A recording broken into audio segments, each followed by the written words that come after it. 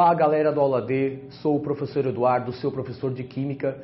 Vou nessa aula falar das reações químicas, tá? Como identificar as reações químicas, que é um tema muito importante na prova do Enem, todos os anos, e tem lá questões na prova de Ciência da Natureza que vão cobrar de ti se você sabe que tipo de reação que está ocorrendo, se está ou não ocorrendo uma reação química, os tipos de reações químicas que tem. Então, acompanhe essa aula e a série dos tipos de reações químicas que existem, tá certo? Bom, bora lá.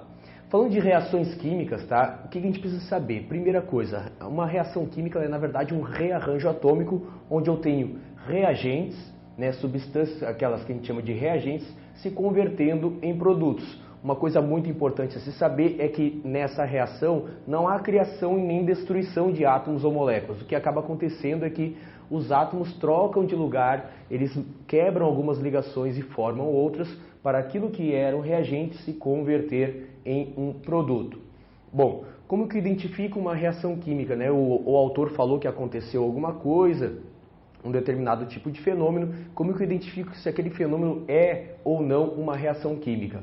A primeira coisa, tá? Se há liberação de energia, calor, luz, etc., né? Como numa fogueira, por exemplo, está ocorrendo uma reação química. Existem várias maneiras de perceber isso, eu trouxe aqui algumas. Formação de gases, de que tipo? Um comprimido efervescente em água, por exemplo, né? Aquele tipo de comprimido lá para antiácido, essa liberação de gases aqui está identificando a ocorrência de uma reação química. Formação de um sólido, um precipitado, que também é um tema recorrente, não só no Enem como nos vestibulares, né? É o que está acontecendo aqui, eu misturei duas substâncias e forma-se um sólido aqui, que a gente chama de precipitado. Mudança de coloração, como aqui, por exemplo, esse papel aqui que foi chamuscado, eu percebo que há uma mudança de coloração. Essa mudança de coloração, ela dá a entender que houve ali uma reação química, tá certo? Quando então tem uma mudança de cheiro, de aroma, de gosto, o cheiro mudou, mudou o aroma, mudou o gosto. Um bom exemplo, olha aqui, ó, se você estiver assistindo perto da hora do almoço ou perto da hora da janta, você vai ficar com raiva de mim, mas temos aqui um churrasco, né? Então, compare aquela carne crua com a carne assada, você sabe que o cheiro, o gosto, o aroma modificou, então é que houve ali processos químicos, aconteceram ali reações químicas, certo? Crescimento de um organismo é uma coisa muito importante, tá? Quando tem uma plantinha crescendo até se transformar numa árvore, ela vai crescendo através de processos químicos, tanto é que a fotossíntese é um processo químico, tá certo? Então, crescimento de qualquer organismo vivo, assim como nós também, né, os animais, também acontecem mediante reações químicas. Fermentação. Fermentação, por exemplo, né, aquilo que nós aqui no Brasil gostamos bastante, né, fazer cachaça, por exemplo, fermentação lá dos açúcares da cana, que vão dar origem ao álcool e tudo mais. Processos de fermentação são sim processos químicos. Para que ocorra uma fermentação, tem que estar sim ocorrendo reações químicas, tá? E por último aqui, decomposição de matéria orgânica é algo que também aparece na prova, e essa decomposição de matéria orgânica, para não trazer uma foto desagradável aqui de um cadáver, eu trouxe essas máscaras aqui de zumbi, dando a entender, né, que está ocorrendo uma decomposição. Aí qualquer decomposição de um organismo vivo vai ser mediante reações químicas, certo? Nenhum desses casos aqui está ocorrendo fenômeno físico, na verdade estão ocorrendo fenômenos químicos, onde ocorrem reações químicas, tá certo? Numa reação química, aqui eu trouxe uma reação onde hidrogênio reage com bromo para formar HBr, que é o ácido bromídrico, ou também chamado de brometo de hidrogênio. Aí eu quero que você perceba o seguinte: eu tinha hidrogênio e tinha bromo, e quando ocorreu a reação química, não teve a formação de nada novo, continua sendo hidrogênio e bromo. O que eu tinha no reagente é o que eu tenho no produto. E as quantidades também, se você não lembra bem do lance das quantidades antes e depois, nos reagentes, nos produtos, assista aquela aula lá de balanceamento que já está postada, tá? Perceba que eu tenho 2 hidrogênios aqui e aqui eu tenho 2 hidrogênios também, porque é 2 vezes o H.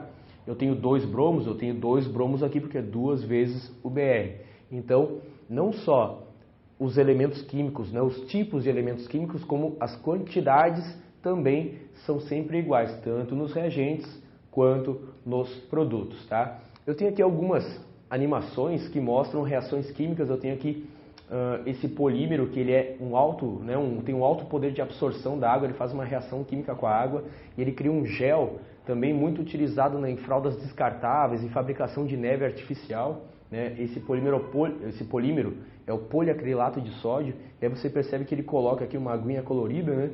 E aí quase que instantaneamente ele forma um gel ali que quando ele vira o copo sequer cai ali o produto. Tem aqui uma representação de uma reação de combustão aqui formando várias fagulhas, né, e faíscas e tudo mais. Então essa produção de luz aqui, liberação de energia é um processo químico também.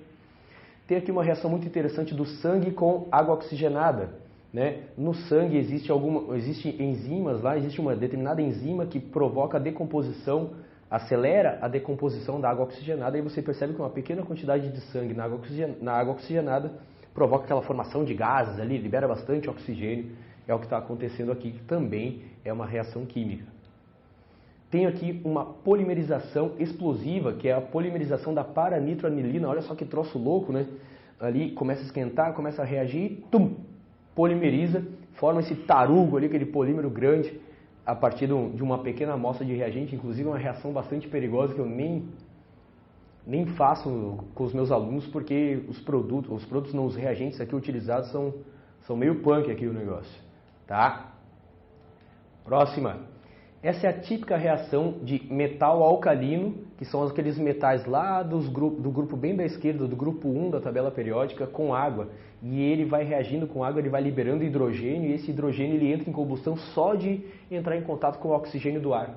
E aí você percebe que há a formação aqui de fogo, né? É um negócio que é meio perigoso também de fazer, não é algo assim muito saudável de ficar brincando. O metal que está sendo utilizado aqui é o sódio. O sódio, quando reage com a água, ele faz isso. Ele vai produzindo hidrogênio. Esse hidrogênio que ele vai sendo produzido, ele produz. Quando tem uma quantidade necessária, não, uma quantidade suficiente, ele já entra em combustão com o oxigênio do ar. Tá certo? Então, o que você tem que gravar da aula de hoje? Uma aula bem curtinha. Os processos químicos são através daquela conversão dos reagentes em produtos. E tudo aquilo que foi falado ali em termos de vocabulário, né, como que o Enem ele vai falar para você que está ocorrendo um processo químico, tipo, liberou energia, liberou calor, houve produção de luz, produziu gás, ou mudança de cheiro, mudança de aroma, mudança de gosto. Todas essas dicas aí são dicas de que estão sim ocorrendo processos químicos e não processos físicos, tá certo? Se gostou da aula, por favor, curte aí o vídeo, compartilhe com seus amigos, deixe um comentário aí dizendo se você está se preparando para o Enem, está estudando para o vestibular, estou estudando para o ITA, quero fazer medicina, quero fazer história, quero fazer engenharia, quero saber aí por que você está assistindo a minha aula, tá certo? Um grande abraço, espero que tenha gostado e até a próxima.